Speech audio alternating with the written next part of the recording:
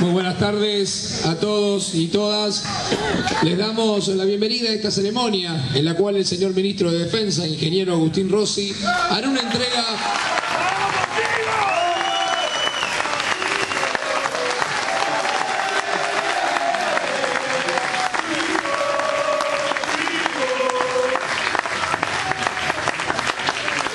El ingeniero Agustín Rossi hará una entrega simbólica de las colecciones impresas de actas de la dictadura al señor intendente de Cañuelas, Gustavo Arrieta. Actas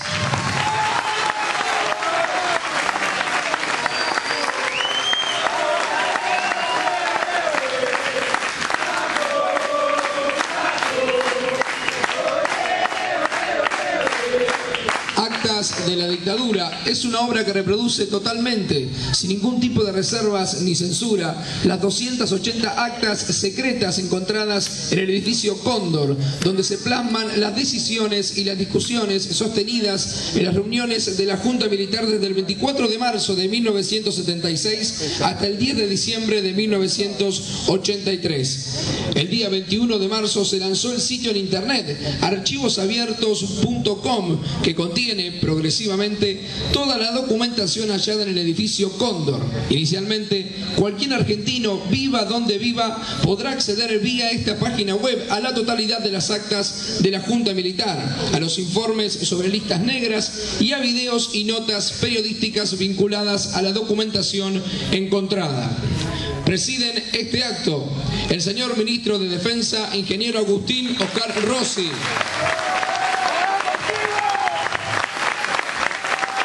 Señor Intendente de Cañuelas, Gustavo Arrieta.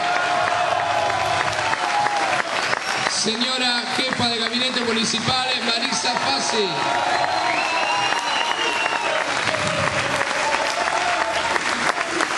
Directora de Derechos Humanos y Derecho Internacional Humanitario del Ministerio de Defensa, señora Estela Segado. Presidente del Honorable Consejo Deliberante de Cañuelas, doctor Maximiliano Massanti.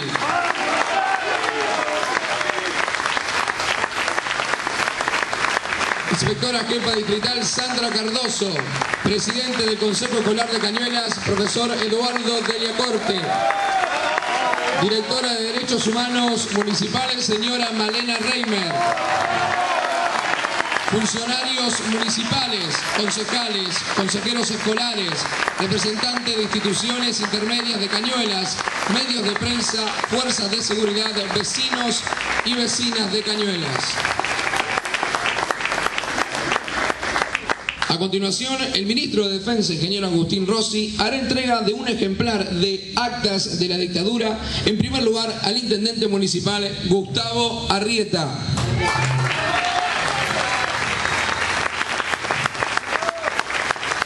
Como así también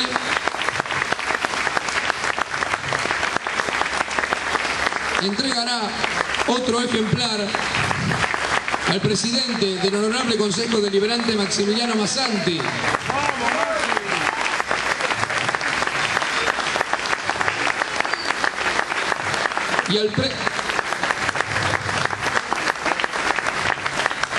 Y también hace entrega al presidente del Consejo Escolar, Eduardo Deliacorte.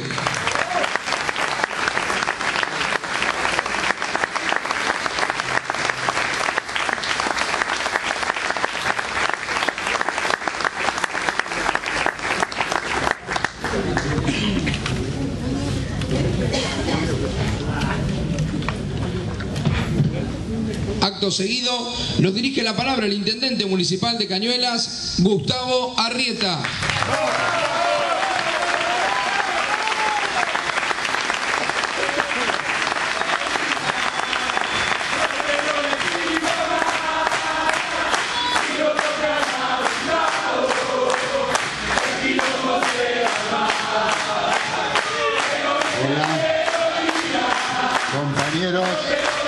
Compañeros queridos,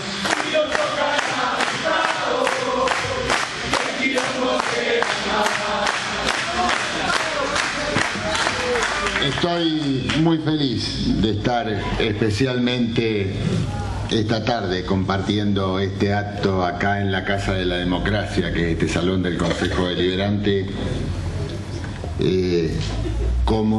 circunstancialmente como intendente, siempre como militante político de un proyecto nacional y popular, recibiendo con el amor de mi vida, con Marisa, que también es una militante política, con Malena, con Maxi, con Eduardo,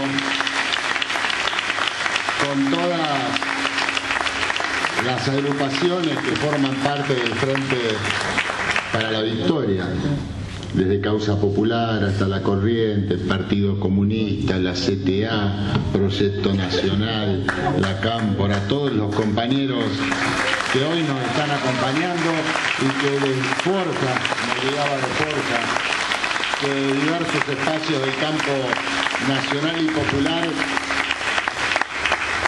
tal cual lo dice la presidenta, teniendo en cuenta, digamos, más que de dónde venimos, cuál es la patria que nosotros queremos construir para nuestros hermanos. El movimiento nacional que nos une en una historia, digamos, que es muy rica y que tiene sus orígenes desde antes del año 1810. Y de estar recibiendo hoy a un compañero, mira Agustín, a veces a lo largo de la historia de este movimiento nacional y popular, que es el peronismo, como de otros, hay compañeros que en realidad nosotros especialmente consideramos. Hay compañeros que tratamos de invisibilizar porque creemos que han traicionado nuestras ideas. Y hay compañeros que nos llenan de orgullo. Y vos sos de los compañeros que nos llenan de orgullo porque siempre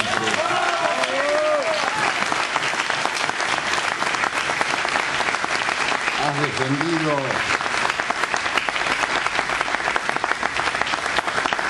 con coherencia, con pasión, con responsabilidad y con militancia las ideas de este proyecto nacional, que nos ha permitido que más allá de nuestros aciertos y errores que lo tenemos, como dice la Presidenta de la Nación, podamos mirar a cara argentino a los ojos sabiendo el camino que hemos recorrido y que todas esas cuestiones que hemos recorrido sean una plataforma extraordinaria para construir el futuro que soñamos para todos los argentinos.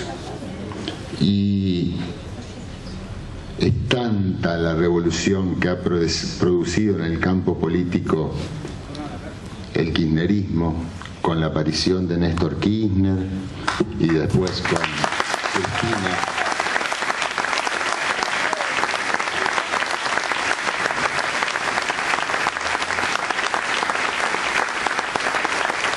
que la democracia nos hizo transitar del año 1983 en adelante con muchos ministros de defensa.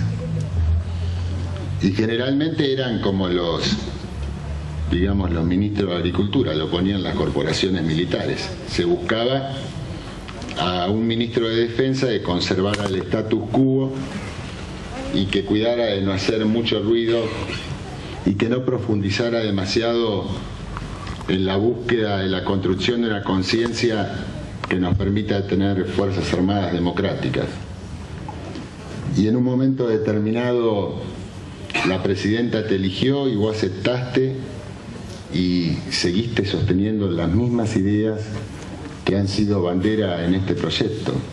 Nosotros, como muchos otros, somos del proyecto que generó 5 millones de puestos de trabajo, somos del proyecto que generó 3,5 millones de jubilaciones, somos del proyecto que ha generado más de 100 parques industriales en todo el país, somos del proyecto que ha construido 1.500 escuelas, somos del proyecto que ha construido 9 universidades en la provincia de Buenos Aires, pero más de 14 en todo el país. Somos del proyecto que ha construido más vivienda en la historia de la Argentina.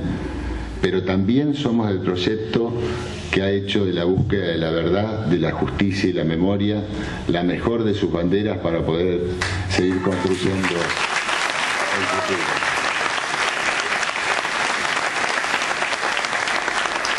Y, digamos, acá te acompaña un arco político variado, compañeros que vienen del peronismo, compañeros que vienen del radicalismo, compañeros que vienen del socialismo, compañeros que pertenecen a los movimientos sociales, compañeros de la CTA, compañeros de Convocatoria Popular, y te acompañan porque vos sos capaz de sintetizarnos a todos. Y cuando decimos que sos capaz de sintetizarnos a todos, muchos de nosotros esperábamos el cierre de los debates legislativos porque sabíamos que ibas a cuidar y levantar muy fuertemente nuestras banderas.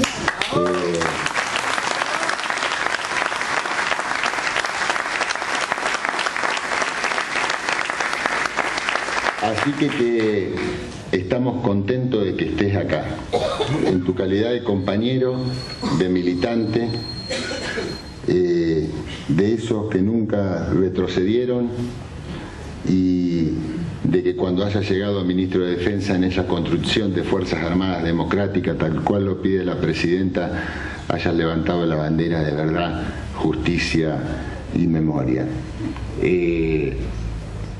A lo largo de nuestra historia como país uno se sitúa en diversas etapas y dice, bueno, qué sé yo no sé. Y esto cuando decimos de la construcción del campo popular y del pensamiento nacional. Y dice, si hubiera estado por ahí en el año 1810 nos hubiera gustado estar con Moreno, con Belgrano. Seguramente nos hubiera gustado acompañar la campaña libertadora de San Martín, hubiéramos estado con los caudillos federales, seguramente hubiéramos formado parte de la Revolución del Parque y hubiéramos hecho irrupción en la política con el peronismo.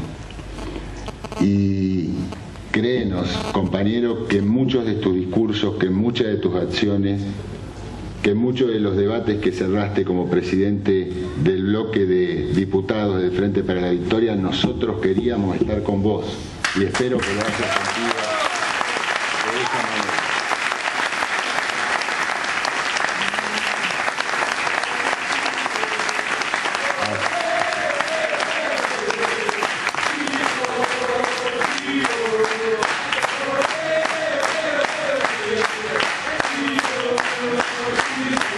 Así que más allá de todas estas cuestiones y de que hayas sido presidente del bloque de diputados y que hoy seas ministro de Defensa, hoy estamos todos acá y la familia Reimer también está acá, del caso Mercedes-Benz, de la desaparición de la Comisión Interna de los Trabajadores de Mercedes-Benz, porque nos representás y nos sintetizás a todos. Y has sido un gran presidente del bloque de diputados del Frente para la Victoria, sos un gran ministro de Defensa y sin lugar a dudas, para muchos de los compañeros que están acá y que estamos acá, sos un gran precandidato a presidente y la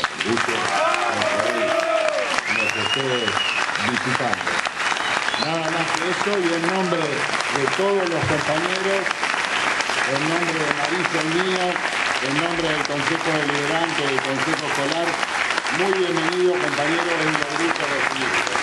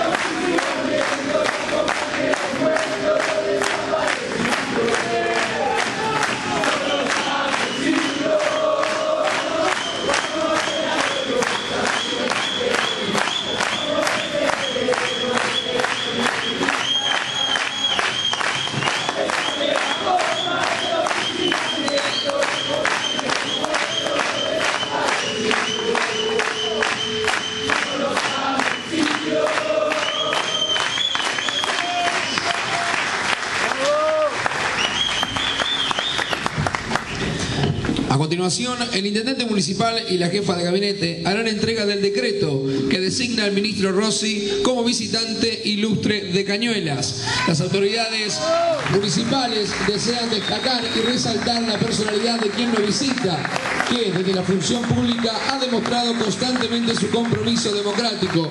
Por ello, el intendente municipal de Cañuelas, en uso de las atribuciones legales que le son propias, decreta declarar visitante ilustre del partido de Cañuelas al ministro de Defensa de la Nación, ingeniero Agustín Rossi, quien visita nuestra ciudad en el día de la fecha y participa del acto en la que hace entrega en forma simbólica de una colección impresa de las actas de la dictadura.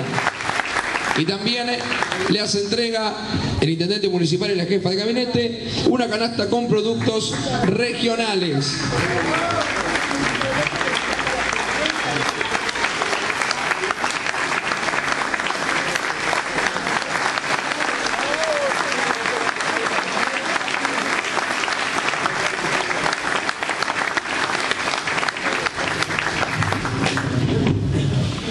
Y también hace la entrega de una bolsa con productos regionales a la directora de Derechos Humanos y Derecho Internacional Humanitario del Ministerio de Defensa, señora Estela Segado. Le hace entrega a la jefa de gabinete municipal, Marisa Fácil. Seguidamente escuchamos las palabras del señor ministro de Defensa, ingeniero Agustín Rossi.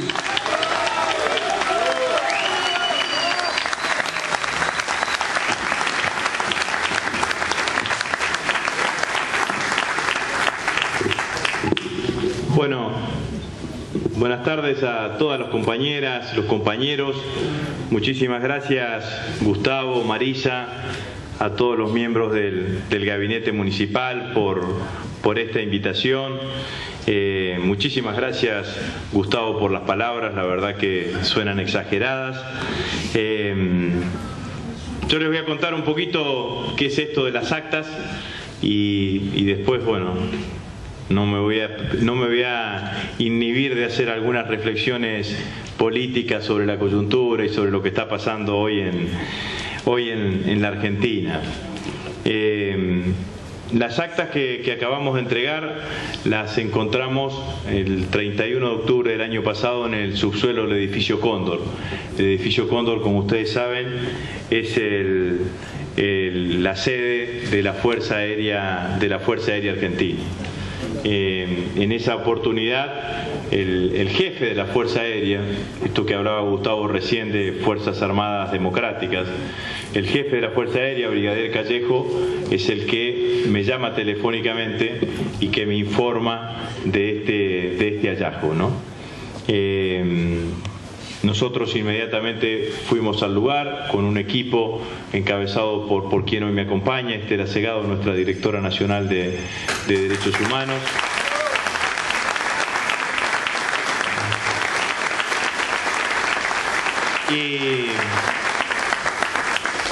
Y ahí nos encontramos con una cantidad de documentación valiosísima, ¿no? La verdad que sin duda, en la medida que fueron pasando los días y los meses, es de los hallazgos documentales más importantes que se han encontrado en la democracia. La cantidad de documentación terminaron siendo 11.774 volúmenes documentales, donde había documentación de todo tipo, documentación variada, mucha documentación de la Comisión de Asesoramiento Legislativo. Estaba ubicada en una baulera y dentro de la baulera habían armarios, habían estanterías y estaban dos cajas fuertes. Nosotros decidimos trasladar toda esa documentación a un lugar, también en el marco de la Fuerza Aérea, en el edificio Alas, un lugar en donde fuese más fácil poder trabajar y poder calificar y clasificar toda la documentación. Cuando abrimos las dos cajas fuertes, que las tuvimos que abrir con moladora, nos encontramos con 6 biblioratos, en donde sus biblioratos divididos por folios, y en cada uno de esos folios representaban algunas de las reuniones que celebró la Junta Militar en ese periodo de entre el 76 y el 83. Estaban las actas en un perfecto estado de conservación, escrita con las viejas máquinas de escribir, con un gramaje de papel, una hoja de un gramaje de papel de un espesor más importante que las comunes, digamos, ¿no? Lo cual hacía que su conservación fuese mejor, fuese más apta. Y la primera acta firmada por el acta número 1, quienes eran los jefes de las fuerzas en ese momento, digamos, ¿no? El acta número 1 está firmada por Videla, Macera y Agosti, y así sucesivamente por cada uno de los comandantes en jefes que hubo durante esos 7 años. Como dije recién, estaban muy bien conservadas. No toda la documentación estaba bien conservada, porque la documentación que estaba en contacto con el medio ambiente estaba más deteriorada y tuvimos que trabajar un poco como para recuperarla. Sí, la documentación de las actas estaba en perfecto estado. Cuando miren la edición limitada se van a dar cuenta que los 6 tomos no son exactamente iguales. Eso es porque los 6 biblioratos no son iguales, tenían algunos más actas y otros menos actas, entonces tratamos de respetar tal cual lo habíamos encontrado, y nos propusimos en ese momento tratar de llegar al 24 de marzo de este año con toda esta documentación calificada, clasificada y ordenada, pero por sobre todas las cosas con herramientas para que estuviesen a disposición del conjunto de los argentinos. Digamos, no queríamos que esta documentación quede encapsulada, ni quede cerrada, ni quede dentro del ámbito del Ministerio de Defensa, sino que lo que pretendíamos era que esté claramente a disposición de todos, ¿no? Y así nos propusimos a trabajar durante todo el verano, y llegamos al 24 de marzo de este año con 3 herramientas construidas, ¿no? Una fue la que calificamos la totalidad de la documentación, la tenemos digitalizada en un 70% más o menos. Esa documentación calificada y clasificada está depositada en la biblioteca de la Fuerza Aérea Argentina, que está en la ciudad de Buenos Aires, en una habitación que es especialmente diseñada para eso. Está depositado el físico de la documentación. En la biblioteca de la Fuerza Aérea también construimos un laboratorio para seguir actuando sobre algunos documentos que tienen que ser preservados, y allí existen 2 puestos de consulta. Cualquiera puede acceder previo pedido de un turno y poder revisar en PDF la totalidad de la documentación. Lo otro que hicimos es esto, ¿no? Las actas, la edición está limitada, que las hemos estado distribuyendo y repartiendo en distintos lugares de la Argentina con 3 criterios: poder político institucional, gobernadores, intendentes, consejos municipales, legislaturas en distintas provincias argentinas, organismos de derechos humanos. En este caso fundamentalmente buscamos una fuerte acción de reconocimiento por la lucha. En el caso de lo institucional, también o en las legislaturas o en los gobiernos, uno presupone que van a terminar estando depositadas en las bibliotecas más importantes de la localidad o de la provincia, digamos, ¿no? Para que pueda servir y que sea de acceso para todos. Y el tercer camino que utilizamos fue el de las universidades. Las universidades también suelen tener bibliotecas muy fuertes o archivos muy fuertes, y también en las universidades puede cumplir con el doble sentido de que pueda ser utilizada como material de estudio por alguna carrera, por determinado tipo de carrera, ¿no? Y la tercera herramienta que construimos, que es obviamente la más potente, es que abrimos una página web que se llama www.archivosabiertos.com. Allí lo que está en las actas lo pueden ver cualquiera que entra a la página. Hemos colgado también ahí en esa página lo que eran las listas negras, entre comillas, de actores, actrices, intelectuales que no podían trabajar en la época de la dictadura, y le estamos agregando distinta documentación que nos permite que vamos viendo que pueda llegar a ser de interés o más solicitada desde distintos lugares.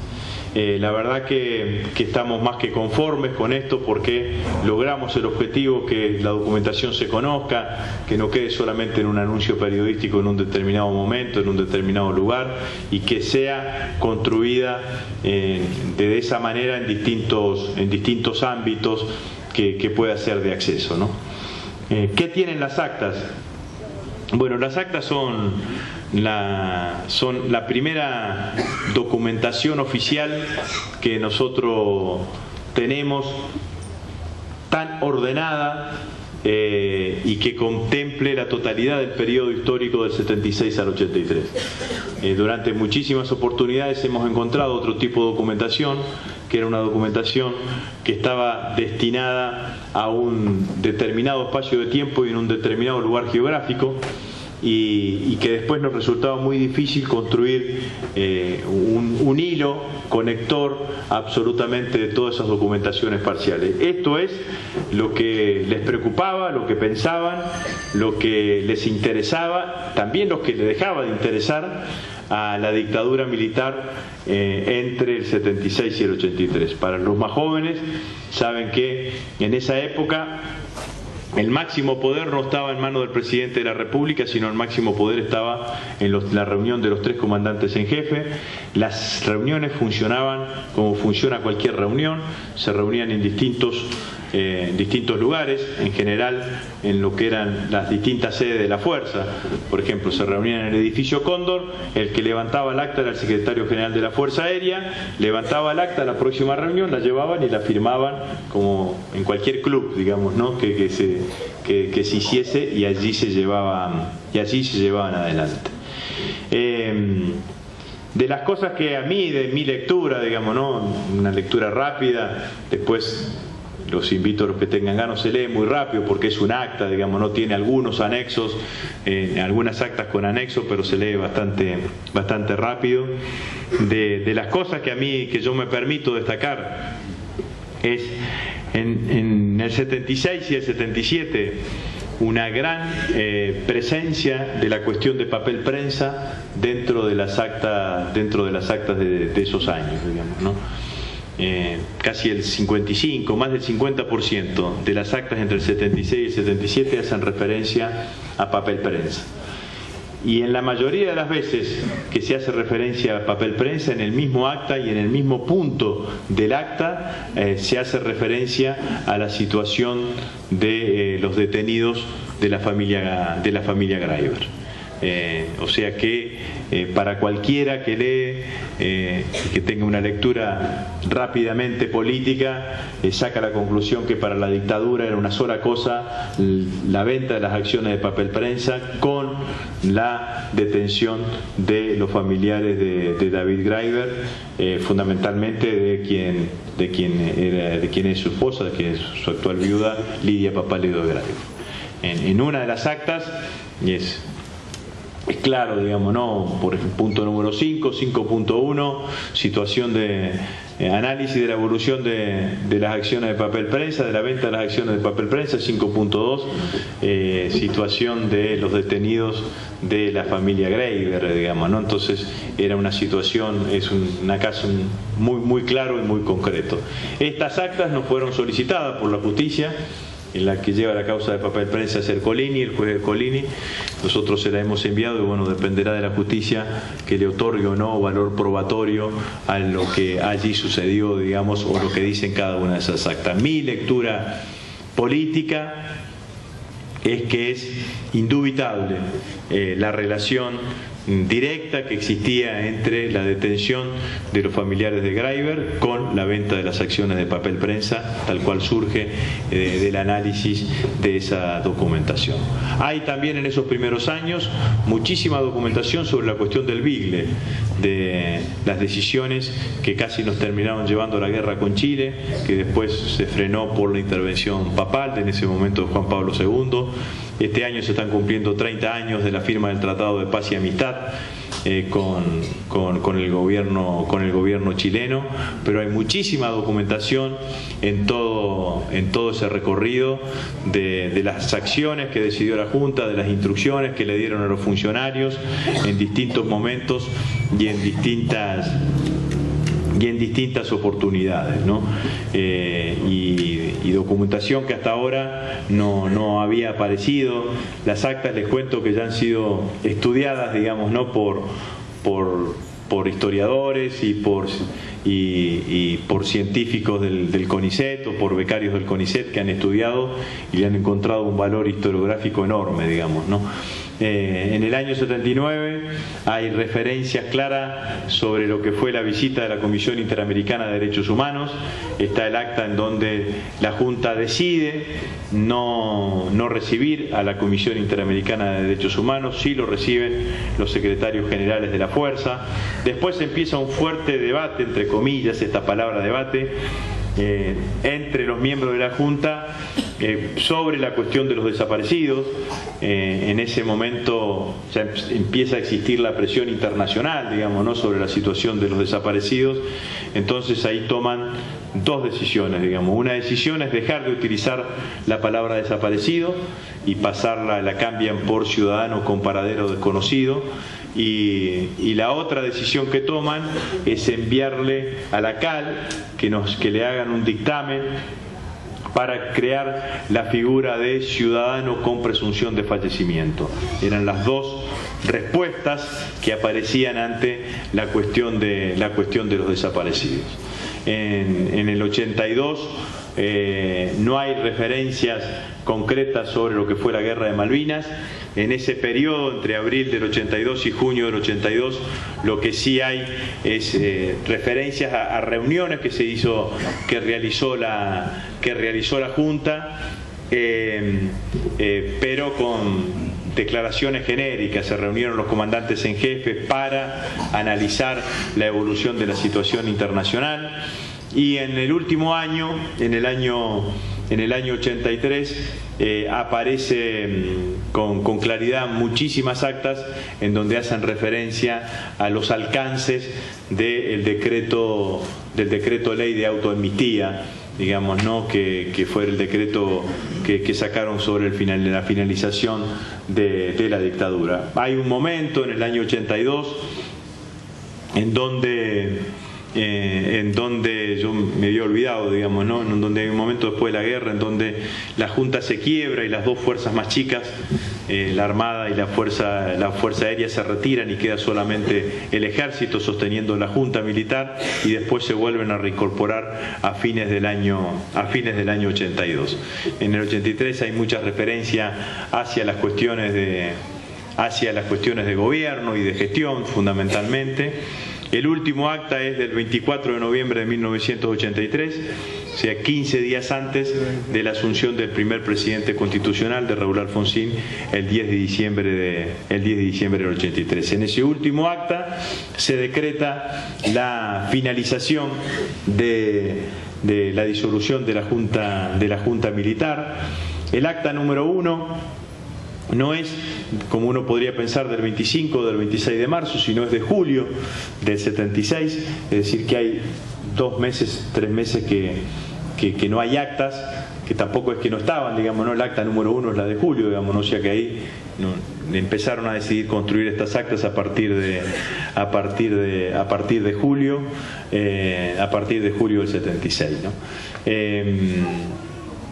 Para nosotros la documentación tiene un valor documental enorme historiográfico enorme. Saben ustedes que hay una corriente de la historia, la corriente liberal, que dice que la historia solamente se debe contar a partir de los documentos oficiales, o debe ser contada a partir de los documentos oficiales. Bueno, este es un documento oficial, o sea que no pueden hacerle un gambito, digamos, ¿no? y pasarlo por el costado, digamos, ¿no? Es un documento oficial porque era la máxima autoridad que tenía el proceso de reorganización nacional concebida por ellos mismos. Si tendrá o no valor probatorio para las causas que la justicia hoy todavía está llevando adelante, bueno, dependerá de la justicia. La justicia determinará si tiene valor probatorio o no lo tiene, ¿no? El segundo elemento que nosotros destacamos siempre, lo dije yo al principio, es que esta documentación fue posible que nosotros llegásemos a esta documentación porque hubo un jefe de una de las fuerzas que tomó el teléfono, me llamó y me avisó. Yo quiero ser sincero con todos, nosotros no estábamos ni detrás de una pista, ni teníamos una denuncia anónima, ni un llamado, ni había una requisitoria judicial, digamos, ¿no? Como digo yo, ni siquiera el jefe de la Fuerza Aérea tenía la obligación de mentirme, digamos, ¿no? Por no informarme, nosotros no llegábamos a encontrar esa documentación. Y yo creo que esto muestra que estamos en presencia de Fuerzas Armadas que miran más hacia el futuro que con anclajes en el pasado, digamos, ¿no? Y el tercer elemento, que nosotros siempre reflexionamos sobre eso, es que si fuimos capaces de encontrar documentación, que fue documentación producida hace 35, 36 o 37 años y que estaba en buen estado, ¿cómo no tener expectativas de encontrar lo que todavía falta? Por eso nosotros ese mismo día que anunciamos este hallazgo documental, yo firmé una resolución en donde le instruí a los jefes de las fuerzas que intensifiquen la búsqueda para encontrar la mayor cantidad de documentación que pudiésemos contar, digamos, ¿no? Y la verdad es que estamos teniendo resultados, quizás no con tanta relevancia como esto, pero encontramos, el ejército argentino nos entregó los 7.000 legajos de la cárcel militar de Magdalena que estaban en un depósito en Campo de Mayo. Encontramos más documentación referida a papel prensa. Hace 15 días volvimos a encontrar otra documentación ya del año 84, pero en donde está toda la estrategia jurídica de la Fuerza Aérea para defenderlo a Lamidoso y a Grafiña, y también nos las han entregado. En la agregaduría militar de Sudáfrica, que es una agregaduría militar en donde estuvo Chamorro y Astiz, encontramos documentación que eran actas de incineración, de distinta documentación firmadas por Chamorro y Astiz, y ahora nos informaron que encontramos más documentación y una película en 9 milímetros, habrá sido en esa época, digamos, ¿no? En una película en 9 milímetros que no la hemos visto, pero que estaba también guardada en un depósito.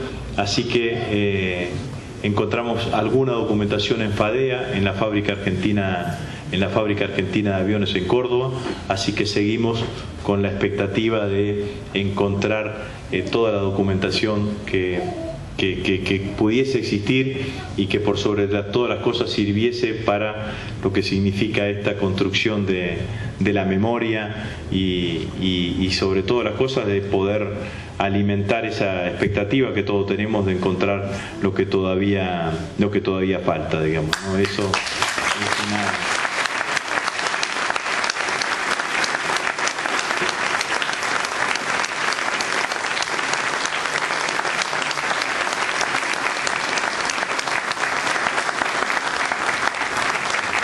Bueno,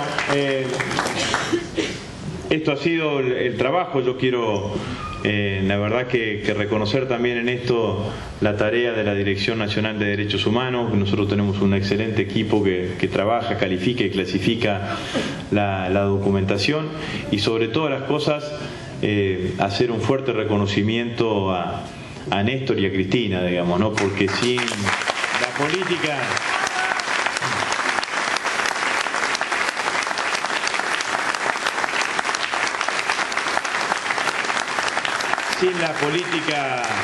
Sin la decisión política de Néstor y de Cristina de llevar adelante esta fuerte política de derechos humanos, esto no hubiese sido posible sin ningún tipo de duda, digamos, ¿no? Nos tocó presentar esta documentación también afuera del país, estuvimos en México y también en España. Y quiero decirle a todos los compañeras y compañeros que esta política de derechos humanos, en donde aquellos que cometieron delitos están siendo juzgados por tribunales ordinarios, que tienen las garantías del debido proceso, que no hubo que tener tribunales especiales, que cumplen su condena en cárceles comunes, es un hecho que es mirado con admiración en todos los lugares del mundo. Imagínense ustedes que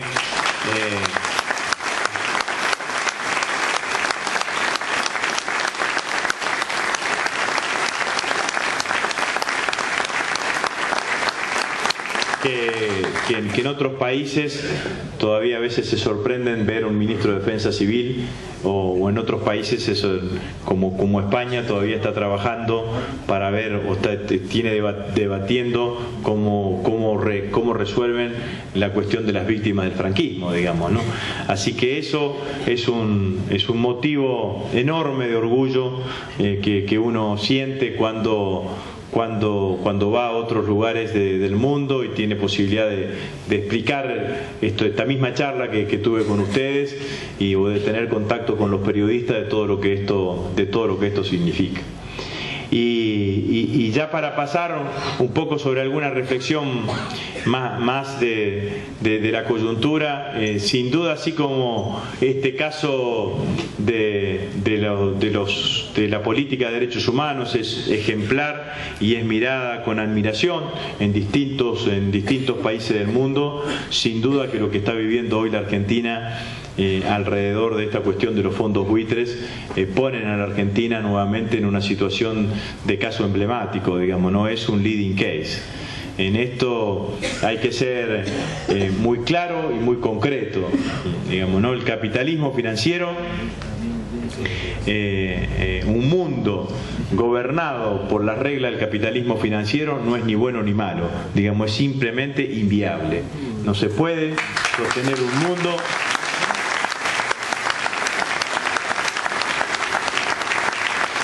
no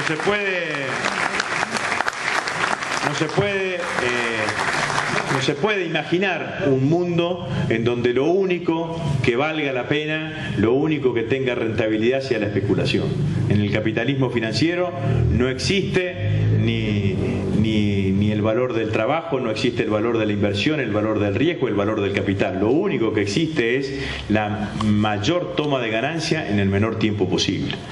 El otro día le decía a un grupo de compañeros, veo acá alguna bandera del PC o algo por el estilo, le decía a algún grupo de compañeros, yo me acuerdo cuando uno empezaba a militar, estudiaba la Revolución Rusa, pues, entonces Lenin decía que el imperialismo era la etapa superior del capitalismo. Bueno, en algún lugar hay que poner el capitalismo financiero, digamos, ¿no? Porque en esta circunstancia el capitalismo financiero apareció inclusive con más poder que el imperialismo político, digamos, ¿no? Entendiendo como esto a los Estados Unidos de América, ¿no?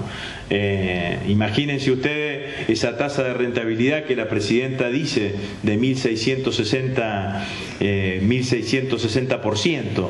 Es insostenible para cualquier actividad económica en el mundo. No es que el capitalismo financiero no haya venido existiendo. De hecho, el capitalismo financiero tiene un enorme posicionamiento en todo lo que son los commodities. En algún momento los países productores de petróleo crearon la OPEP y creyeron que con eso iban a fijar el precio del petróleo. Bueno, le crearon el mercado a término del petróleo, en donde no participan las empresas petroleras, sino que participan fundamentalmente los grandes grupos financieros mundiales. Yo me acuerdo cuando me tocó estudiar la cuestión de YPF, cuando fue la nacionalización de YPF.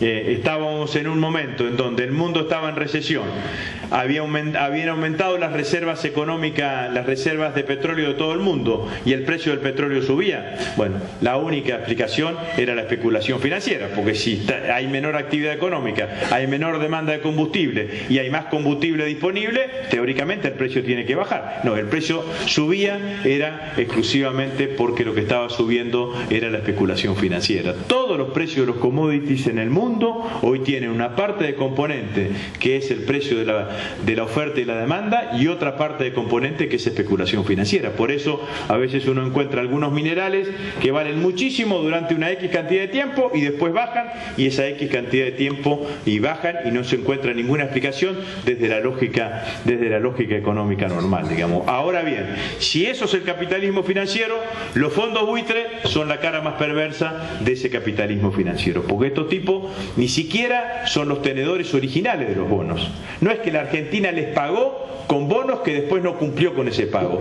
Estos tipos compraron los bonos ya cuando la Argentina estaba en el proceso de reestructuración de la deuda, y nunca se sentaron a negociar con la Argentina para ingresar en ese proceso de reestructuración de la deuda. Siempre fueron a buscar un litigio, la vía judicial, hasta encontrar con un juez que le permitiese tomar resoluciones que claramente reflejan sus propias intenciones. La deuda del fondo que está litigando, que es el 1% del 7% que nos queda fuera, esa deuda lo compraron por 48 millones de dólares. Hoy Griesa dice que vale 1.330 millones de dólares. Yo digo a cualquiera que haya estudiado matemática en la escuela primaria, en la escuela secundaria, llegar de 48 millones a 1.330 millones, yo te digo, tenés que aplicarle punitorio, tenés que aplicarle intereses, tenés que aplicarle multa contra los punitorios, contra los intereses, y después tenés que aplicarle multa por la multa de los punitorios y los intereses para llegar a 1.330 millones, con un grado de arbitrariedad absoluta, sin ningún tipo de lógica económica y de nada que se le parezca. Pero eso sucedió, y sucedió que a pesar de todos los reclamos que hizo la Argentina, de todos los apoyos internacionales, inclusive en alguna primera etapa, el propio gobierno de los Estados Unidos apoyándonos, el juez determina en contra de la Argentina. ¿Y la Argentina qué está haciendo ahora? Bueno, lo primero que nosotros tenemos que saber, compañeras y compañeros, es que nuestro país pagó. Quedan en default los países que deciden voluntariamente dejar de pagar. Nosotros no somos ese gobierno. Al contrario, el gobierno del default y del endeudamiento extremo que tuvo la Argentina fueron otros gobiernos. Nosotros no somos ni el gobierno del default ni del endeudamiento. Nosotros somos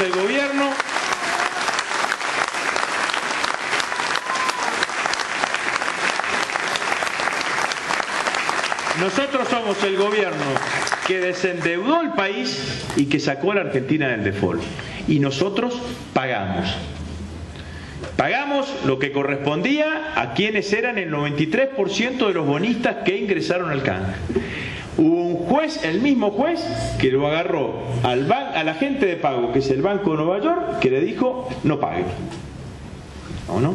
Con un hecho inédito. Ahora sacó otra resolución como para complicar más, le dijo que a algunos le pague sí y a otros no le pague. Digamos, ¿no? Con una situación absolutamente equivocada y absolutamente errónea desde el punto de vista jurídico y desde el punto de vista judicial. ¿Por qué la Argentina tiene esta postura de dialogar, que en el marco de lo que lleva adelante el juzgado de Griesa, pero al mismo tiempo de respetar todo lo que hemos hecho durante todo este tiempo en materia de renegociación de la deuda, porque justamente preservamos los intereses del país. Para la cláusula, famosa cláusula Rufo, que significa que si pagamos de más a los bonistas que están afuera del canje, tenemos que pagarle lo mismo al 100% de los bonistas, todo el esfuerzo de la reestructuración de la deuda se desploma. Porque el esfuerzo de la reestructuración de la deuda no fue para nuestro gobierno, fue para las futuras generaciones de argentinos.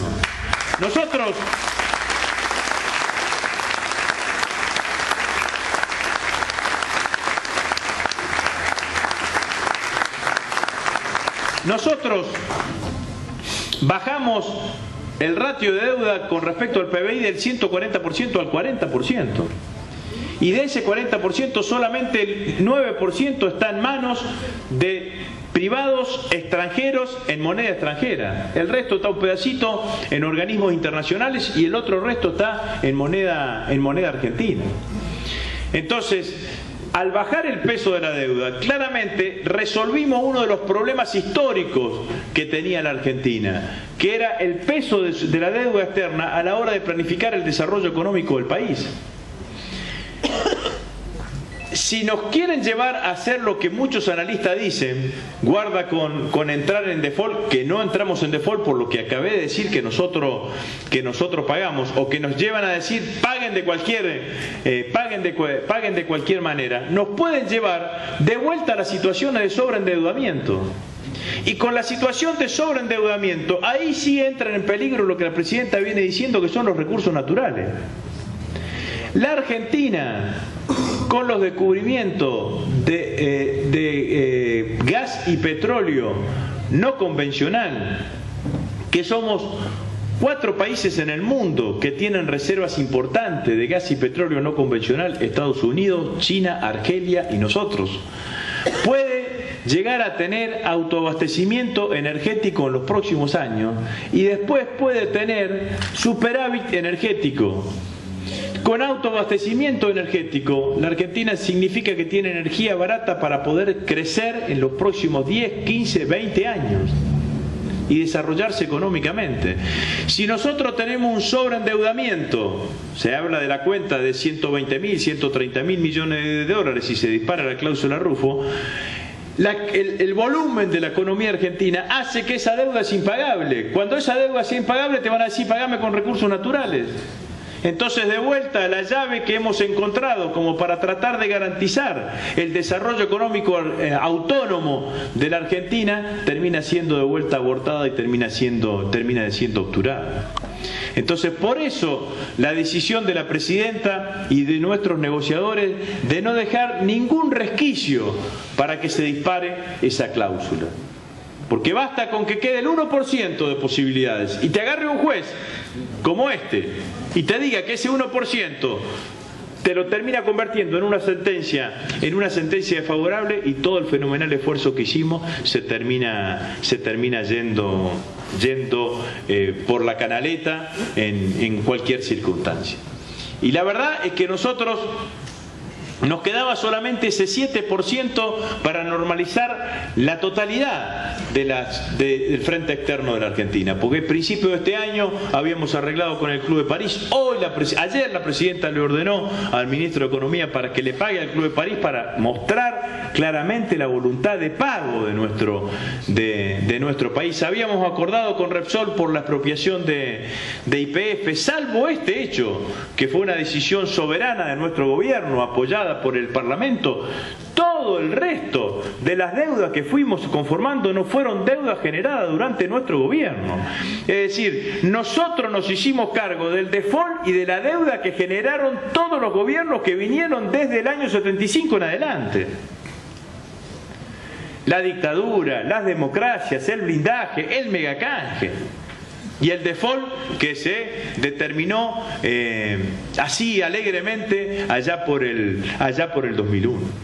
Entonces, lo que nosotros tenemos que tener en claro, compañeras y compañeros, que este es uno de los debates trascendentes que seguramente va a estar presente en los próximos meses de la Argentina. Y nos van a querer hacer aparecer como que la Argentina llegó a esta situación por impericia del gobierno. Es al contrario. Alguna vez la historia le va a reconocer a Néstor y a Cristina el enorme esfuerzo que hicieron para la renegociación de la deuda. Yo me acuerdo el escepticismo que corría allá por el año 2005 cuando Néstor se planteó negociar el primer canje. Y le decían que era un caprichoso porque no quería que haya una reducción que ingrese en el 75% y que haya una reducción del 65% del monto de la deuda. Y con decisión política llegamos a ese 75% y después con Cristina llegamos a casi el 93%. Y tuvimos, escuchen bien, 900 intentos en todo el mundo. Intentos judiciales de embargos, de palos en la rueda para llevar adelante el canje. El más importante fue el sobre la fragata Libertad. Y cada uno de esos lo fuimos resolviendo con rigurosidad jurídica, con compromiso y sobre todo con patriotismo. Porque en esto es como decía Jauretche, ¿se acuerdan ustedes? El problema es ir al almacenero con el manual del almacenero, digamos, ¿no? Entonces hay que llevar adelante negociadores, tienen que estar negociadores que defiendan claramente los intereses de los argentinos. Porque si el que está negociando piensa más en los intereses de los otros que en los intereses de nosotros, estamos al horno, como dicen los chicos, digamos, ¿no? Y lo que nosotros hicimos fue llevar adelante una acción con rigurosidad jurídica y con patriotismo y con muchísima convicción de las cosas que teníamos que hacer. La Argentina, resolviendo su frente externo, es un país que tiene todas las posibilidades de desarrollo económico como nunca en los próximos 20 o 30 años. Porque es el último eslabón que nos quedaba. Resolver ese frente externo. Tenemos posibilidad cierta de autoabastecimiento energético. América Latina, América del Sur, es un continente que es abundante de recursos naturales. Nosotros tenemos agua dulce, casi el 26% de los reservorios de agua dulce están en América del Sur, una gran parte de eso en la Argentina. En el caso del agua dulce, además del 26%, el 20% es renovable todos los años, producto del régimen de lluvia. Solamente el 3% del agua que hay en el mundo es apta para consumo humano. El resto, el 97%, es agua no apta por consumo humano, es agua salada. América del Sur tiene el 25% de la superficie cultivable del mundo. Tenemos el 27% de la producción de hidrocarburos y de las reservas nuevas que se han encontrado de la plataforma submarina de Brasil o lo del gas y el petróleo no convencional al cual hice referencia acá en la Argentina, son las que más han aumentado el nivel de reservas que hay en el mundo. Somos depositario de algunos minerales estratégicos como el litio. Entre Bolivia, Argentina y Chile tienen más del 93-94% de las reservas de litio del mundo. El litio es el mineral indispensable para hacer las baterías del celular hasta las baterías de los aviones se tienen que hacer con litio. Es decir, que tenemos todas las cosas sobre las cuales el mundo va a discutir en los próximos años. Esto que estoy diciendo yo no es ningún descubrimiento. Perón hablaba de esto en 1953, quiero decir. En 1953 Perón tiene un discurso en la Escuela de Defensa Nacional en donde plantea la integración entre Argentina, Brasil y Chile, en donde hablaba de la preservación de los recursos naturales, que vuelve a retomar en el año 72, cuando manda esa carta a los pueblos del mundo alrededor de la defensa del medio ambiente. Pero en un mundo demandante de recursos naturales, un continente con recursos naturales abundantes, ¿cómo no lo van a querer condicionar? ¿Cómo no lo van a querer condicionar? Cualquier dirigente político que tenga una mirada estratégica en el futuro tiene que tener una mirada alrededor de estas cuestiones. ¿Cómo se hace para preservar los recursos naturales y una correcta explotación de esos recursos naturales para el crecimiento económico y el bienestar del conjunto de los pueblos de América Latina? Por eso este debate es un debate que pone a la Argentina en un lugar enorme y que se está discutiendo de alguna manera en todo el mundo, y en todos los lugares y en todos los foros en donde la Argentina fue, recoge apoyos, porque claramente es una causa justa. La justicia está del lado nuestro, el que no está del lado nuestro es Griesa, que es otra cosa, digamos, ¿no? Pero la justicia, la justicia está claramente de parte del reclamo de la Argentina, digamos, ¿no?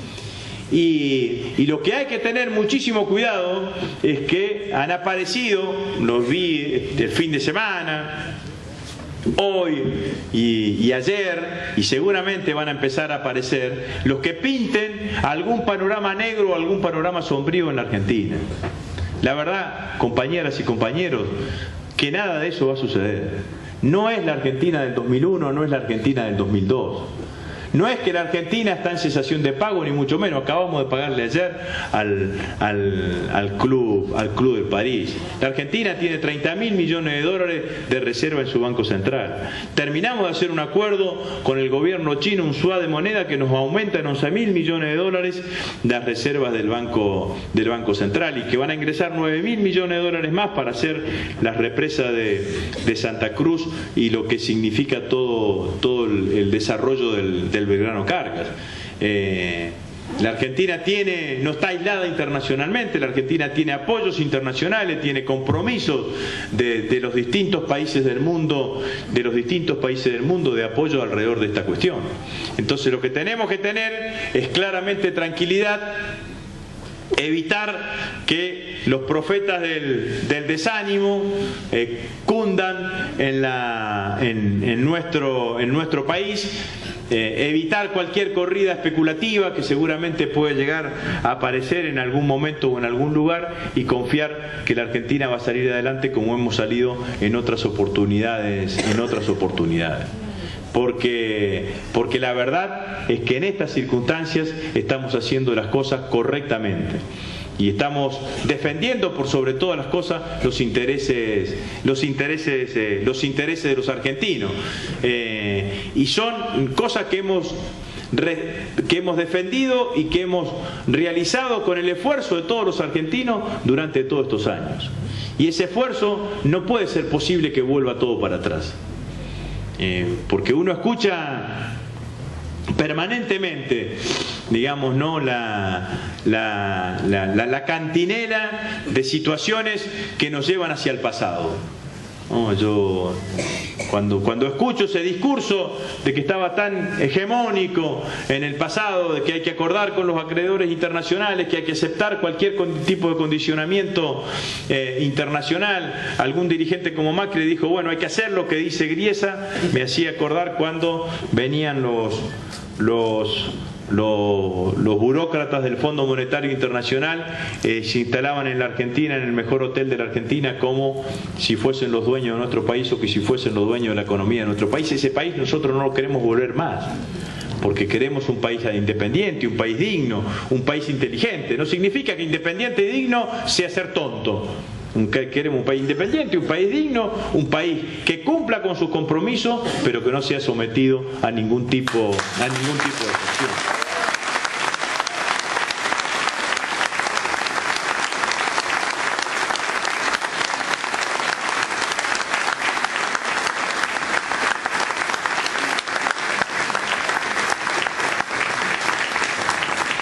Y yo creo que en esto hay que poner todo el esfuerzo de nuestros compañeros, de nuestra militancia política, de en este sentido, digamos, ¿no? Sobre todas las cosas, porque me imagino que no va a ser una excepción y que vamos a recibir una andanada de lluvia ácida de parte de los medios hegemónicos, y que esa lluvia ácida en general lo único que ocasiona es desánimo en el conjunto del pueblo argentino. Nosotros tenemos que transmitirle al pueblo argentino confianza y seguridad de cuál es el camino que estamos recorriendo, digamos, ¿no? Algunos dicen, y no vendrán los créditos que algunos pensaban. Bueno, la verdad que desde el 2003 hasta la fecha tampoco vinieron muchos, digamos, ¿no? Y nos pudimos llevarla adelante.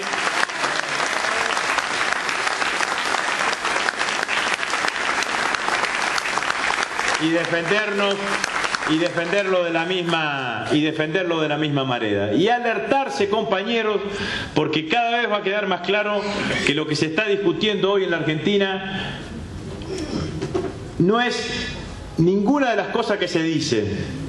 Digamos, ¿no? Lo que se discute hoy en la Argentina sí es, a partir del 10 de diciembre del 2015, sigue la continuidad de este proyecto nacional y popular que empezó el 25 de mayo del 2003, o se vota por alguna de las alternativas que plantean un regreso al pasado, la restauración conservadora que nos lleva de vuelta a la década del 90.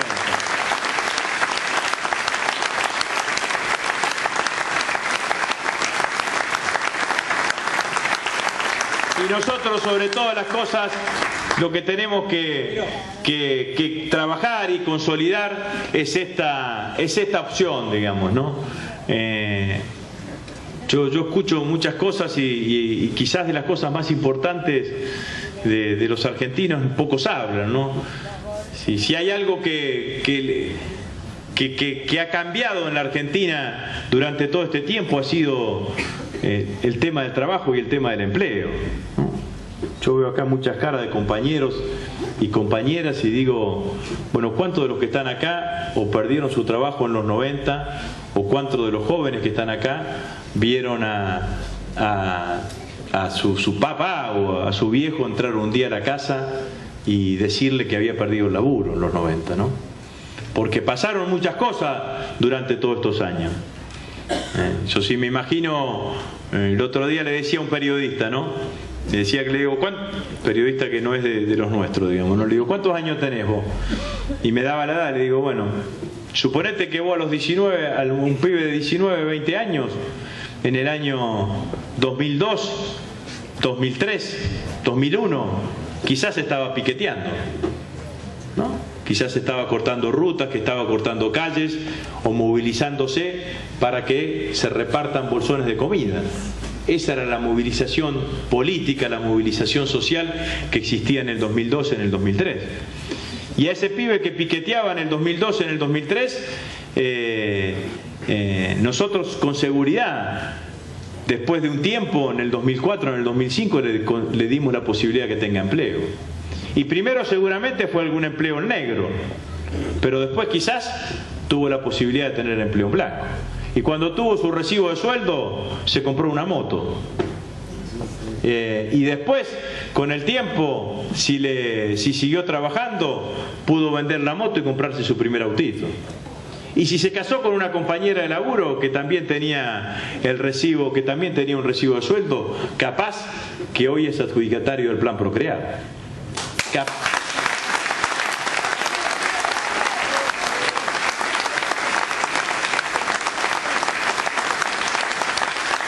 Y capaz que ese pibe fue un pibe que salió a piquetear porque vio cómo su viejo se destruía o se consumía porque había perdido el laburo, ¿no?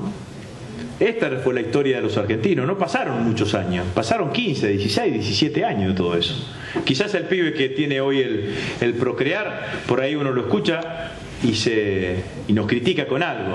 Dice, me lo adjudicaron, no consigo la tierra, los precios aumentan, digamos, ¿no? Lo que habría que decirle, ni siquiera hay que decirle que nos vote. Lo que hay que decirle es, garantízate de que el próximo presidente te garantice que vas a seguir teniendo esos créditos.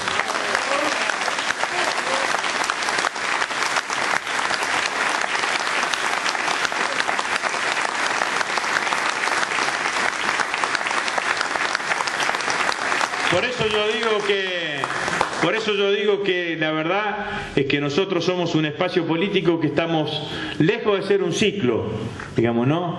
Aquellos que auguran el fin de ciclo y demás. El ciclo es una cosa que empieza y termina. Nosotros no somos una ventana en la historia política argentina, nosotros somos un proyecto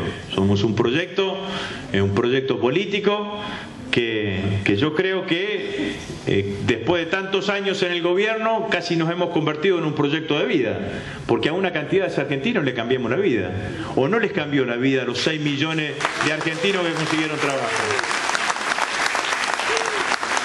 o no les cambió la vida a los cientos de miles de beneficiarios de la asignación universal por hijo, o no les cambió la vida a los adultos mayores que se pudieron jubilar por la inclusión jubilatoria,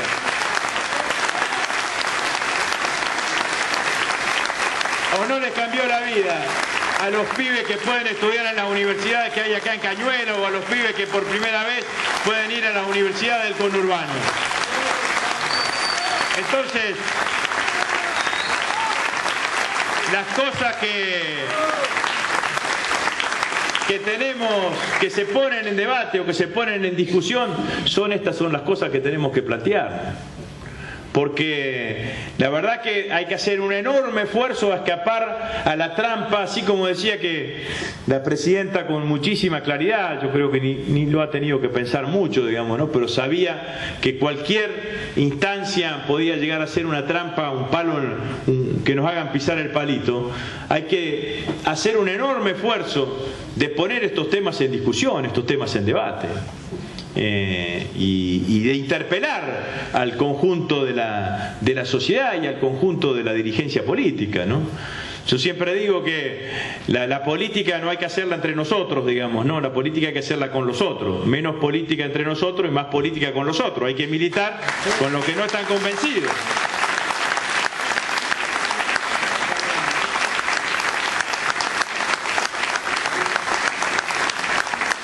Y a esos hay que transmitirles estas interpelaciones y estos debates, digamos, ¿no?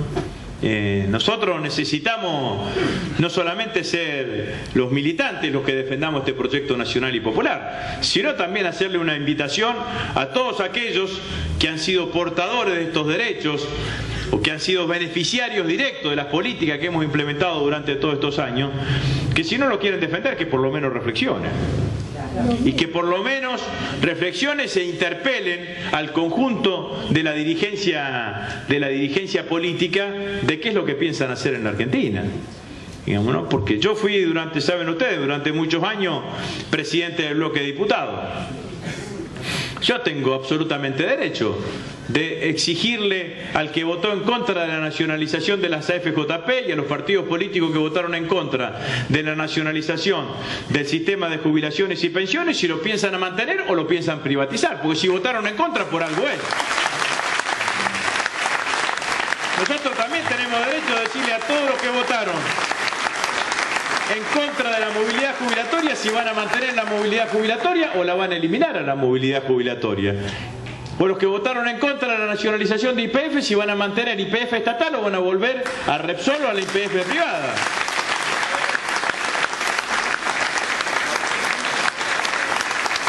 Y en esto también hay que ser inteligentes, ¿no? Porque en la década del 90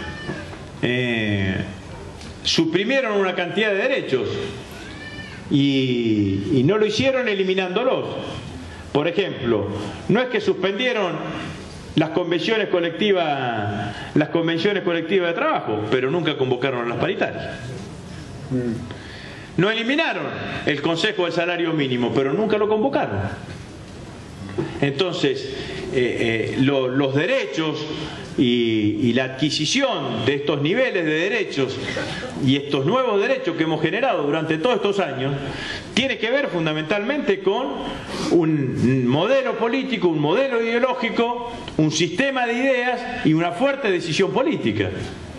Entonces, claramente esta convocatoria, que la cual nosotros tenemos que hacerle a todos los compañeros que son portadores de estos derechos, digamos, ¿no? Los compañeros de la asignación universal por hijo.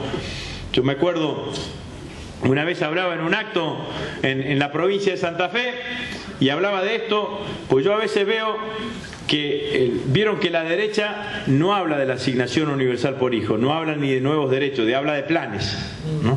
Dice los planes y despectivamente los planes que sirven para alimentar vagos y ese tipo de cuestiones. Entonces yo hablaba de este tipo de cuestiones y lo que decía que bueno, que los compañeros en el caso de la asignación universal por hijo tienen que defender ellos mismos, digamos, ¿no? A veces está en la prédica de la derecha que uno se imagina que el compañero que va a cobrar la asignación universal por hijo, o la compañera en general, va cabizbajo, digamos, ¿no? Tratando de no decir que es beneficiario de esa política o portador de ese nuevo derecho. Entonces me encontré con una compañera que después que finalizó el acto se me acerca y me dice, yo era diputado, me dice, diputado, a mí me pasó lo que usted dice. Ajá, digo, ¿qué te pasó? Estaba en el supermercado y una mujer adelante mío empezó a criticar a los que cobrábamos los planes, a los que cobrábamos la asignación universal por hijo, que éramos todos vagos. Entonces yo me paré y le dije, mire señora, dice, yo cobro la asignación universal por hijo y no soy ninguna vaga, porque soy empleada doméstica y estoy en negro. Y mi marido tampoco es ningún vago, porque es electricista y hace changas. Y con la plata de la asignación universal por hijo vestimos mejor a nuestros hijos, les damos mejor de comer y van más contentos en la escuela. Entonces, lo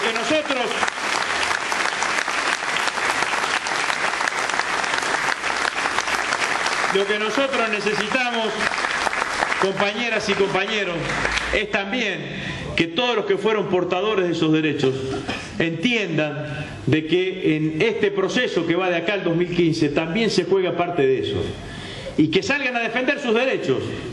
Digamos, no le pidamos que si nos quieren votar nos voten, si no nos quieren, pero que defiendan sus derechos y que se garanticen y que tengan conciencia de que los derechos eso también se juegan dentro del proceso electoral. Yo digo que hay que tensionar el debate político en la Argentina, hay que tensionar el debate, que tiene que sentirse que estamos discutiendo por algunas cosas. Por eso digo respetuosamente que no puede ser un debate de colores solamente la política argentina, digamos. No puede ser que debatamos entre el color naranja, el color amarillo, el celeste o el blanco, digamos. No. El debate tiene que ser un debate de ideas, un debate en donde se fortalezcan las ideas y se diga claramente qué es lo que quiere hacer y qué es lo que quiere defender cada uno de aquí para adelante, digamos, ¿no? Porque si no, hace más de, estábamos en vía de que sea 16 años o un poco más de 20 años, también tuvimos un presidente, que se acuerdan ustedes, que dijo, si decía lo que iba a hacer no me votaba nadie, digamos, ¿no? Entonces, la verdad es que nosotros no queremos ese camino, digamos, ¿no? Y sobre todo nosotros, porque nosotros somos depositarios de una gestión enorme, de una gestión que empezó con Néstor y que empezó con Cristina. Imagínense ustedes, tan grande es la gestión que yo digo, en el 2003 Néstor iba conduciendo el país mirando por el espejo retrovisor y en el espejo retrovisor se todavía aparecía el infierno del 2001, el infierno del 2002, la crisis del 2003.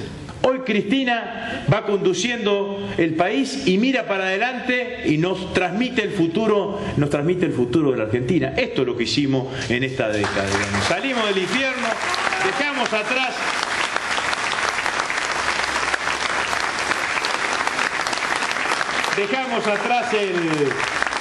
dejamos atrás el infierno y construimos un país que hoy tiene todas las posibilidades de una patria, una nación que tiene todas las posibilidades de imaginarse el futuro, digamos. Nos costó, ¿no? Entre otras cosas, nos costó la vida de Néstor, ¿no?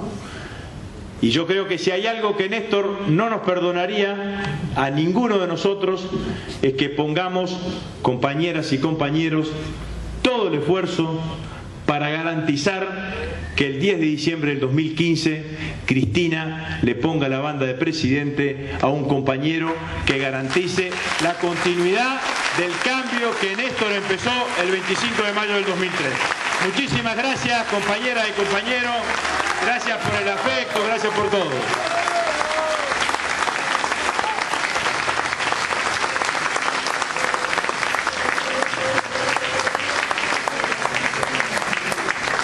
Fortalecer el apoyo de la presidenta, la gestión que está llevando adelante, todo lo que significa, todo lo que está haciendo. Un momento singular con esta cuestión de los fondos buitres, dejar en claro que la Argentina pagó, la Argentina no va a caer en default. Tenemos un juez que insólitamente ha impedido que ese pago llegue a sus legítimos acreedores. Que la Argentina no va a caer en default, pero tampoco va a tomar ninguna decisión que pueda poner en riesgo la enorme reestructuración de la deuda que hicimos desde 2003 en adelante. Muchas gracias a usted.